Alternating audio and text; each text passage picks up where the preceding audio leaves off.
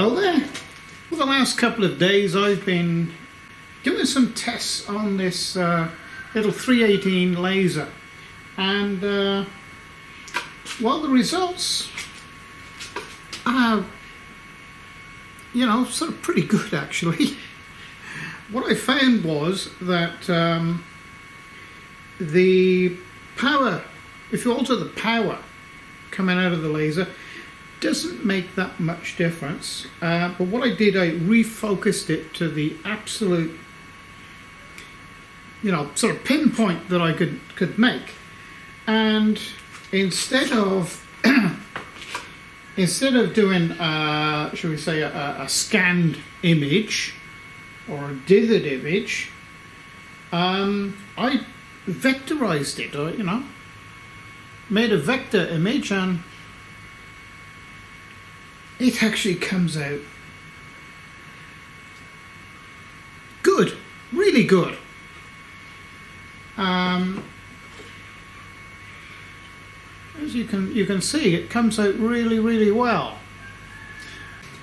And I even started to do some lettering with it. Okay, it comes out really good. Now, if you choose a decent type of font, it comes out really well. So what I'm going to do is I'm going to get it to draw itself. And now this is just a photograph I've put straight into the Gerbil laser program, and I've just played around with the filters that they give you to alter the settings.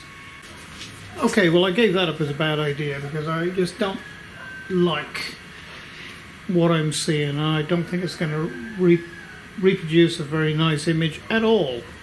So I'm going to do something that I know that this can do. Now, this is we all love trees, so this is a heart tree. We'll vectorize that one.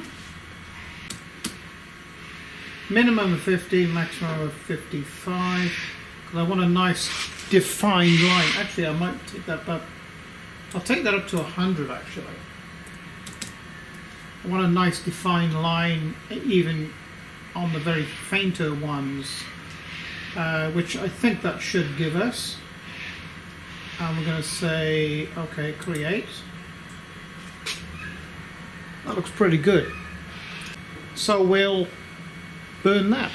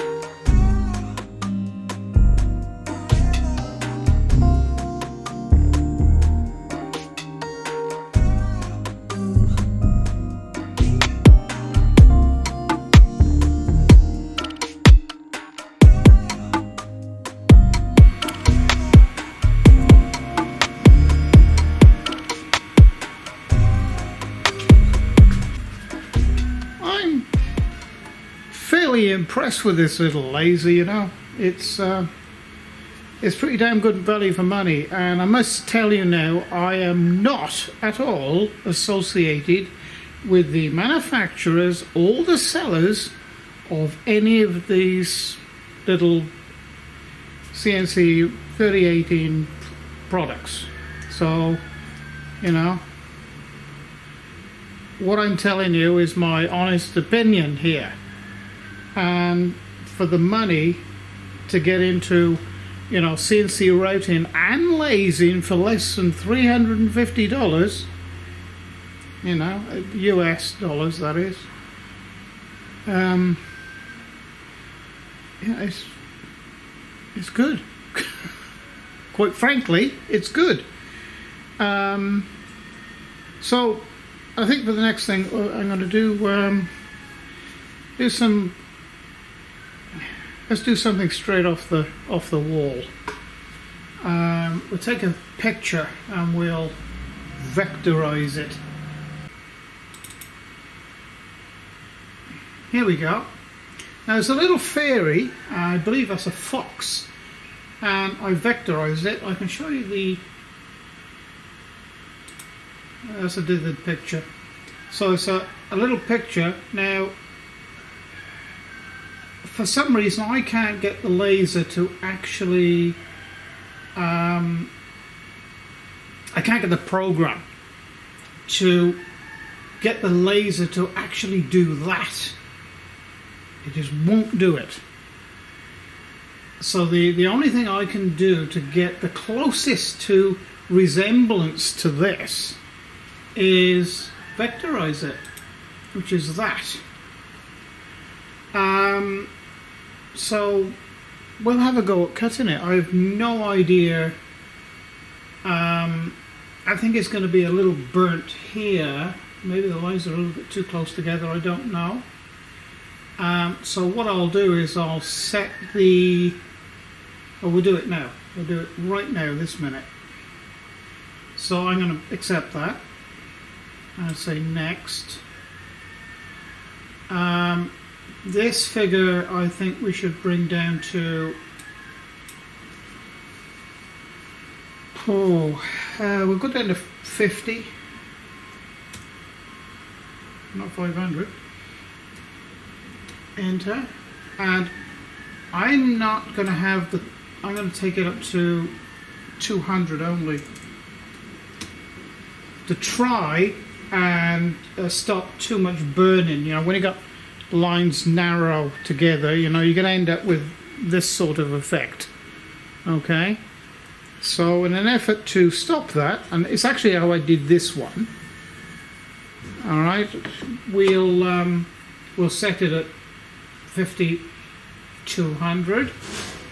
I'll leave the size of it that size. Create. It might turn out half reasonable. Well, we'll give it a shot.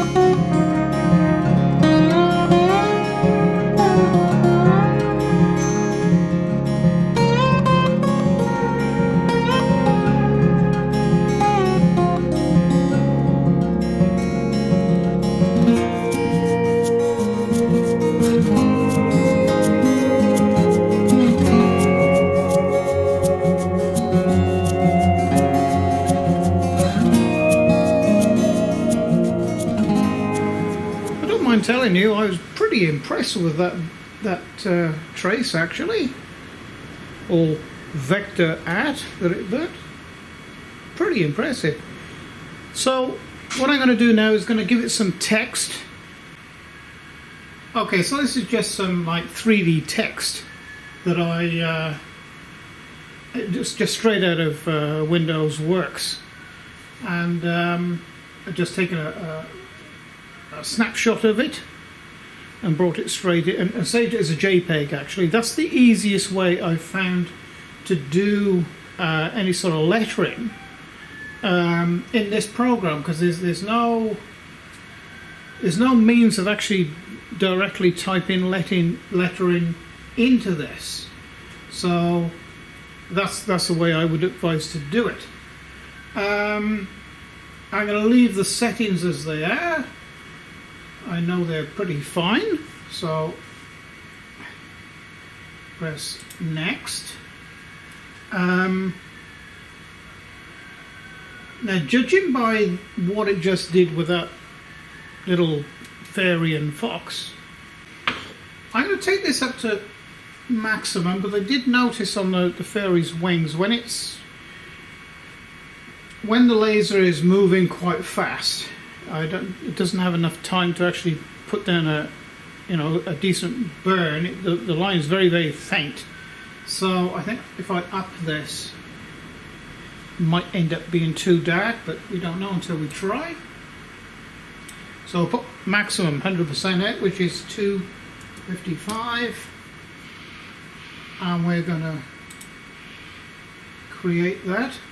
This, incidentally, is the original name of my channel number 1, which is probably the one you're watching this on. Okay, so I'm going to set the 0 up, and we'll see what the little laser makes of this.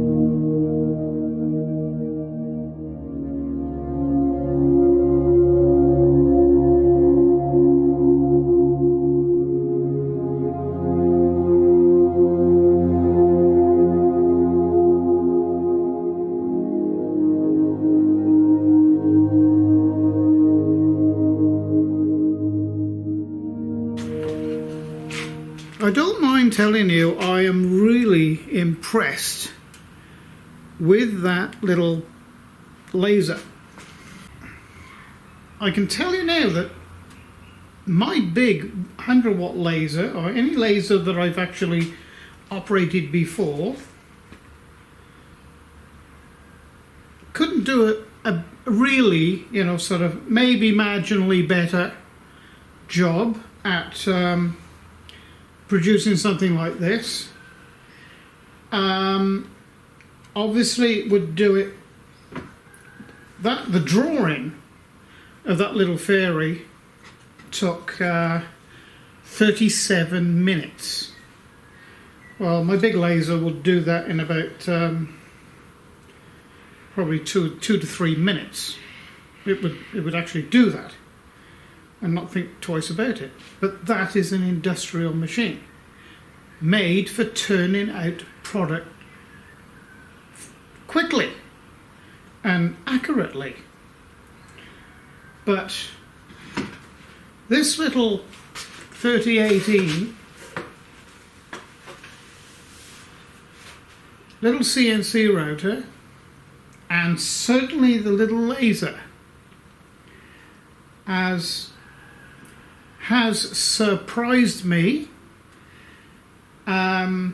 I tell you now that if you are interested in getting into the hobby of CNC machines, rotors or lasers, before you go spending between $5,000 and $10,000, now that is what you would be paying for a decent piece of kit.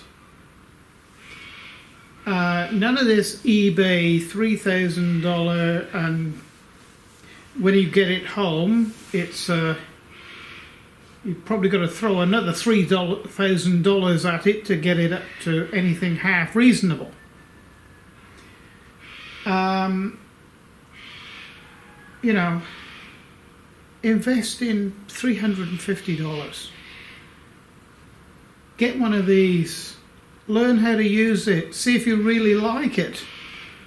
You know, if you really like the hobby, or even, you know, your first toe in the water towards a business, because CNC routing and laser etching, laser work, if you are considering entering into or thinking of becoming you know, a business doing this sort of thing, you are looking at a couple of years before you can actually turn a profit. You have to learn how to use the programs, how to use the machines successfully, and then go out and grow your market. It's not going to happen in 6 weeks or something like that. So get that sort of out of your mind. Only if you're very lucky can you fall into a market. Once you build your market, then you can make your own business. Okay, enough about that. Today I received, or I'm going to receive, a package in the post, and that is the upgrade, or everything I need for the upgrade of the little CNC router. So because I live out in country Tasmania is a large island off the south coast of Victoria state of, you know, sort of Australia. It's still part of Australia. It is Australia. So the postman doesn't come and, you know, drop a parcel at the end of your driveway, which is like over half, well, it's 3/4 of a mile. It's about half a mile long, my driveway. So I've got, you know, they just don't leave packages there. They leave you a little slip that you have to then go into the local post office sorting area, which is about 5 miles, oh, you know, a bit more than that, about 8 miles from here, and present the card, and then you get your package. So that's what I'm going to do now. I'm going to go and jump in the car and go and get it. So the next video, I will be sizing up what I'm going to do to convert the CNC router part of it, because this little motor is okay to start with. Alright, you can actually cut with it, as I've proven in the previous couple of videos. You can actually use it, it'll engrave, it'll do a 3D cut very slowly. And the problem with this little spindle, we'll call it, is it only goes to 7,000 RPM, but that's off load. When you put it onto a little bit of load, no matter how slight, that'll go down to like 6,500 or 6,000 or 5,500, depending on what tool you have in it. And there's not enough torque there. You need for a little CNC router, you need, first of all, high speed and torque to be able to cut the material and get rid of it and be able to move through the material quickly. So I've got this is a 100-watt motor. I have a 300-watt motor, a semi-industrial one. All right. Not well. They say it is, and I'll have a look at it. Now the specs on it should be 16,000 RPM off-load and 12,000 RPM on-load, producing 300 watts. All right, so off-load and on-load are two different things. All right. Okay, so I hope you've liked a little video today about this wonderful little 5.5 watt laser tracing, we'll call that. I suppose you could call it etching, but or burning, but it's tracing, and it does a beautiful little job, albeit very slowly. It's pretty for the money you pay.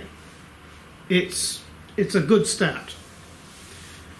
Okay, so thank you for joining me, and I hope you tune in for the next thrilling episode, which will be the start of the upgrades for the little CNC router part of it. I don't have to do anything at all to the laser part of it, other than make some sort of different holder for it.